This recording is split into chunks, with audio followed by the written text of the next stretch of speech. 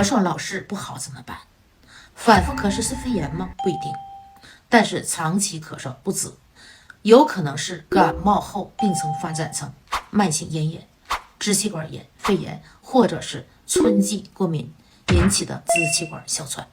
反复咳痰喘的人，如果出现久治不愈，特别是像年纪大的人，痰多、淤堵、卡嗓子，甚至晚上睡觉出现喘气不匀、咳到难以入睡的情况，单纯的使用镇咳药是远远不够的，关键在于要化痰平喘。这个时候可以试试一种中西结合方剂